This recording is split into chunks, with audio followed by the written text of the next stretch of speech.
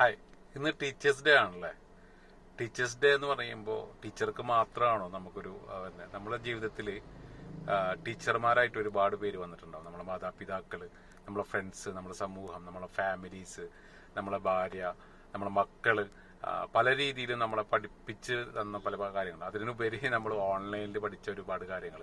അപ്പോൾ എല്ലാ ടീച്ചർമാർക്കും, ടീച്ചർ അല്ലാത്തവർക്കും, അറിവ് പകർന്നു തന്ന എല്ലാവർക്കും, അറിവ് എന്താന്ന് മനസ്സിലാക്കി തന്ന എല്ലാവർക്കും, അറിവ് എന്നുള്ളത് അല്ലെങ്കിൽ നമുക്ക് ഇംപ്രൂവ് ചെയ്യണമെങ്കിൽ നമ്മൾ പഠിക്കണം. നമുക്കൊരു കാര്യം പെർഫെക്റ്റ് ആയിട്ട് പോകണമെങ്കിൽ അല്ലെങ്കിൽ അതിലൊരു കോൺഫിഡൻസ് നമുക്ക് കിട്ടണമെങ്കിൽ പഠിക്കണം.